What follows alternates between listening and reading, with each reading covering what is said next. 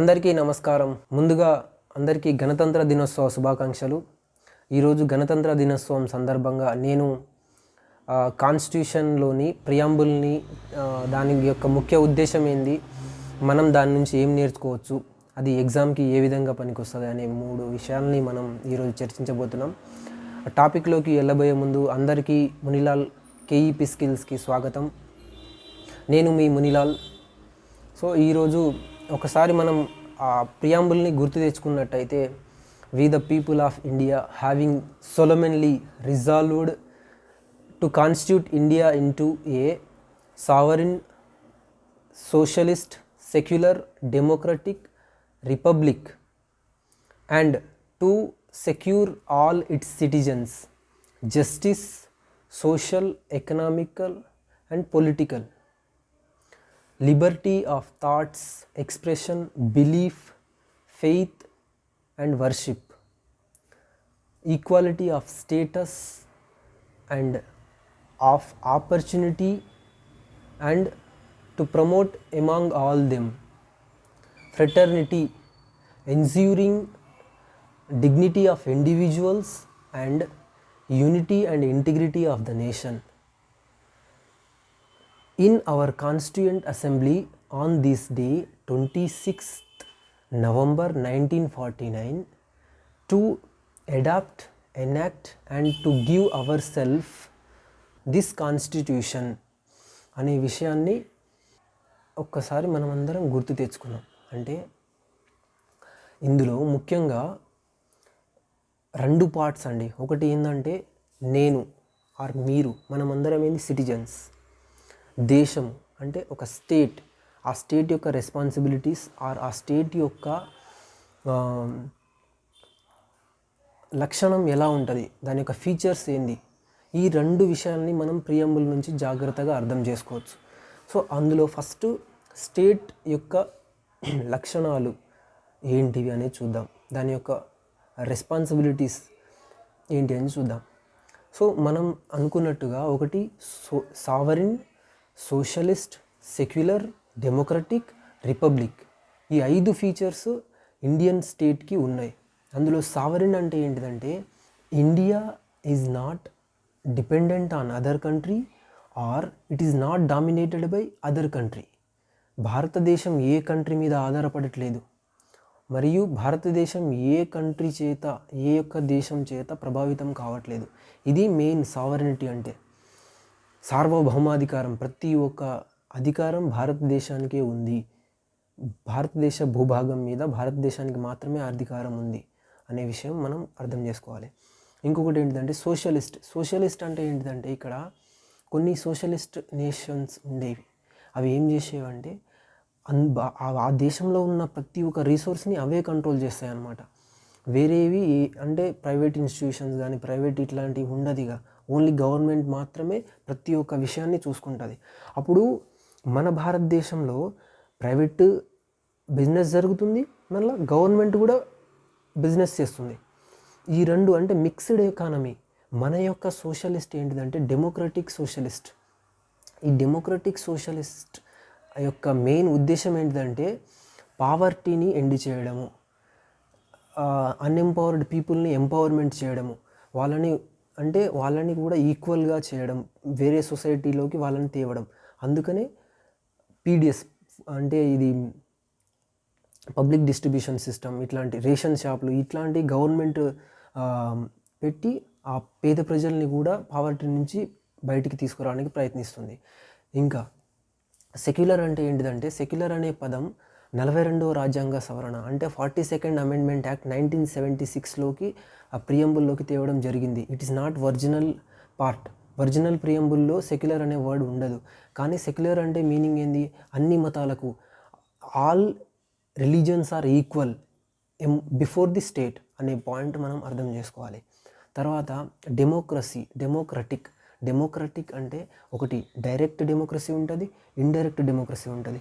Direct డెమోక్రసీలో ఏంటిదంటే everyday business of state is involved by citizen.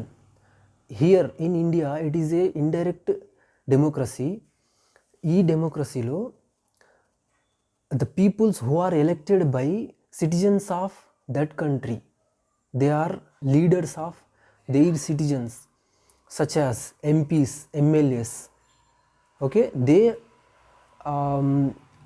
act or they involve day-to-day business of government before or అంటే వాళ్ళ యొక్క ముందల ఎవరి సిటిజన్స్ యొక్క ముందల వాళ్ళ యొక్క నాయకుల్లాగా, ఎందుకంటే వీళ్ళు ఎలక్ట్ చేశారు కదా వాళ్ళని. అది రెఫరెండం అంటే ఎన్నికలు ఉంటాయన్నమాట, ఎలక్షన్ ఉంది. అది ఇండియన్ డెమోక్రసీ. తర్వాత రిపబ్లిక్ అంటే ఏంటిదంటే nominated head, elected head of the state ఉంటాడు. అంటే మనకు కూడా ఉన్నాడు, అతను ఎవరు? ప్రెసిడెంట్. మన యొక్క స్టేట్ యొక్క హెడ్ ఎవరు? ప్రెసిడెంట్, ప్రైమ్ మినిస్టర్ కాదు. Prime minister is leader of government, not a state యొక్క హెడ్ ఎవరు? ప్రెసిడెంట్. అప్పుడు మన యొక్క స్టేట్ యొక్క హెడ్ డైరెక్ట్లీ అయినా ఎలక్ట్ అవ్వచ్చు, ఇండైరెక్ట్లీ అయినా ఎలక్ట్ అవ్వచ్చు. మన ఇండియాలో ఇండైరెక్ట్ ఎలక్షన్స్ ఉంటాయి. MPs, MLAs who are elected by people, they will elect the president. అది ఇండియన్. అదే బ్రిటన్ చూసుకున్నాం అనుకోండి, అక్కడ కింగ్స్ ఉంటారు, క్వీన్ ఎలిజబెత్, తర్వాత నెక్స్ట్ వాళ్ళు వస్తారు. కానీ ఇక్కడ ఏంది? ఎలక్టెడ్ ఉన్నారు, అది మోనార్కీ, ఇది రిపబ్లిక్. తర్వాత అమెరికాలో అయితే డైరెక్ట్ ఎలక్షన్స్, వాళ్ళ యొక్క ప్రెసిడెంట్ని వాళ్ళు డైరెక్ట్ ఎలక్ట్ చేస్తారనమాట. సో ఈ విషయం మనం అర్థం చేసుకోవాలి. తర్వాత ఇప్పుడు ఇవన్నీ స్టేట్ గురించి అయిపోయినాయి. ఇప్పుడు సిటిజన్స్ ఫస్ట్ ఏంది? జస్టిస్, న్యాయం ఉంటుంది అనమాట 3 విషయాల్లో. ఒకటి ఎకనామిక్గా మీకు న్యాయం ఉంటుంది, సోషల్గా న్యాయం ఉంటుంది, తర్వాత పొలిటికల్గా న్యాయం ఉంటుంది. ఇప్పుడు లోకల్ బాడీస్లో కొన్ని రిజర్వేషన్స్ ఉన్నాయి పొలిటిక్లో. తర్వాత మనకు ఎంపీలో కూడా ఎస్టీ ఎస్సీస్కి కొన్ని రిజర్వేషన్స్ ఇచ్చిర్రు.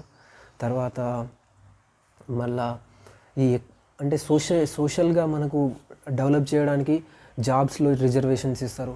సో ఇవన్నీ విషయాలు మనం కొంచెం అర్థం చేసుకోవాలి. అవి సిటిజన్స్కి మాత్రమే ఉన్నాయి, అది స్టేట్కి కాదు కదా.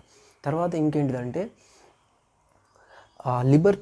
లిబర్టీ అంటే మనం ఎలా ఆలోచించాలి, మన భావ వ్యక్తీకరణ, మన నమ్మకం, మన యొక్క మనం దేన్నైతే పూజిస్తాం, ఇవన్నీ ప్రతి ఒక్కటి నీ సొంతంగా నీకు లిబర్టీ ఇచ్చిందనమాట స్టేట్. ఓకే, ఫండమెంటల్ రైట్స్ ఉన్నాయి. ఆ ఫండమెంటల్ రైట్స్లో నీకు ఈక్వాలిటీ ఉంది. తర్వాత ఈక్వాలిటీ అంటే ఫండమెంటల్ రైట్ టు రిలీజియన్ ఉంది, అక్కడ అవన్నీ వస్తున్నాయి అన్నమాట. తర్వాత అవన్నీ కాన్స్టిట్యూషన్లో ఉన్నాయి. సో ఆ విషయాన్ని నువ్వు అర్థం చేసుకోవాలి. ఇంకా చెప్పాలంటే equality of status and opportunity అన్నారు. మనకు అందరికీ ఈక్వల్ ఆపర్చునిటీస్ అంటే ఏమన్నారు? ఆర్టికల్ 14లో ఈక్వాలిటీ బిఫోర్ లా అన్నారు. అంటే అందరూ ఈక్వాలిటీ ఎమాంగ్ ఈక్వల్స్. అంటే ఇక్కడ ఒక ఎంపీ ఉన్నాడు అనుకోండి, ఆ ఎంపీకి ఇంకొక ఎంపీకి సేమ్ న్యాయం ఉంటుంది అనమాట. ఈయనకు మంచి కార్ ఇచ్చి వేరే అతనికి వేరే కార్ ఇవ్వడం జరగదు, ఇద్దరికి సేమ్ ఉంటుంది. అయితే ఇక్కడ పాయింట్ ఏంటంటే ఈక్వాలిటీ ఎమాంగ్ ఈక్వల్స్. ఈ విషయాన్ని మీరు అర్థం చేసుకోవాలి. సపోజ్గా ఒక మంత్రి ఉన్నాడు అనుకోండి, ఆ మంత్రికి ఏదైతే శాలరీ ఉంటుందో ఈ మంత్రికి కూడా సేమ్ శాలరీ ఉంటుంది. ఒక ఐఏఎస్ ఆఫీసర్ ఉంటే అతనికి ఏం శాలరీ ఉంటుందో ఇతనికి కూడా సేమ్ శాలరీ ఉంటుంది. ఈక్వాలిటీ ఎమాంగ్ ఈక్వల్స్, ఈ విషయాన్ని మీరు అర్థం చేసుకోవాలి. ఈక్వాలిటీ అంటే ఏదో అట్లా కాదు. ఒక 18 ఇయర్ విద్యార్థి ఇంకొక 18 ఇయర్ విద్యార్థికి ఒక చట్టం వర్తించేటప్పుడు ఒకేలాగా వర్తించాలి. అప్పుడే ఈక్వాలిటీ అనే దానికి అర్థం ఉంటుంది.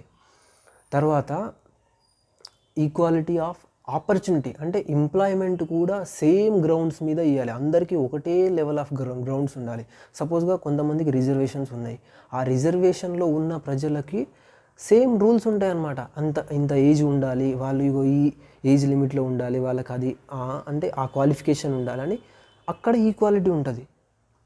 మళ్ళీ హైయర్ క్యాస్ట్ ఉన్నదనుకోండి, అప్పుడు సపోజ్గా జనరల్ ఉన్నారనుకోండి, వాళ్ళకి ఈక్వాలిటీ ఉంటుంది. సో ఈ కాన్సెప్ట్ మీరు కొంచెం అర్థం చేసుకోవాలి. ఈక్వాలిటీ అంటే అందరి చట్టం ముందు సమానమని ఏదో వేగ్ వర్డ్ కాదు అది. It is equality among equals, ఈ పాయింట్. తర్వాత ఫ్రెటర్నిటీ అంటే బ్రదర్హుడ్, మనమందరం సోదర భావంతో ఉండాలి అనేది డిగ్నిటీ ఆఫ్ ఇండివిజువల్ని కాపాడుతుంది, మరియు integrity of nation and unity of nation, ఈ రెండు కూడా అప్హోల్డ్ చేస్తుంది. కాబట్టి ఇవి ఇప్పుడు మనం ఇక్కడ 5 ఏంటివి స్టేట్ యొక్క ఫీచర్స్, తర్వాత జస్టిస్, లిబర్టీ, ఈక్వాలిటీ, ఫ్రెటర్నిటీ, ఈ 4 సిటిజన్స్కి సంబంధించింది. ఇవన్నీ మన కాన్స్టిట్యూషన్లో ఉంటాయి అన్నమాట. ఆ రోజు మేము అడాప్ట్ చేసుకుంటున్నామని 26th November 1949 రోజు కాన్స్టిట్యూయెంట్ అసెంబ్లీ ప్రమాణం లాగా అంటే రిజాల్వ్ చేసుకున్నది. ఈ విషయం మనం ఈ విషయాలన్నీ ప్రియంబుల్ ద్వారా తెలుసుకోవచ్చు. ఇప్పుడు ఇంకొక క్వశ్చన్ ఏంటిదంటే క్రిటికల్, అంటే ప్రియంబుల్ అనేది కాన్స్టిట్యూషన్లో పార్టా కాదా అనేది ఒక క్వశ్చన్ ఉండే. ఆ క్వశ్చన్ ఫస్ట్ 1960లో 1960లో బేరుబారి కేసు అనేది ఒకటి ఉన్నది. ఆ కేసులో సుప్రీంకోర్ట్ ఆఫ్ ఇండియా ఏం చెప్పిందంటే it is just objectives and critical issues of కాన్స్టిట్యూషన్ని డిస్కస్ చేస్తుంది, కీ ఇష్యూస్ ఆఫ్ కాన్స్టిట్యూషన్ని తెలియజేస్తుంది. ఆల్రెడీ ఇందులో ఉన్న వర్డ్స్ అన్నీ కాన్స్టిట్యూషన్లో ఉన్నాయి, రెండు సార్లు కాన్స్టిట్యూషన్లో ఎందుకు అని దీన్ని పార్ట్ ఆఫ్ కాన్స్టిట్యూషన్ కాదు అని చెప్పింది.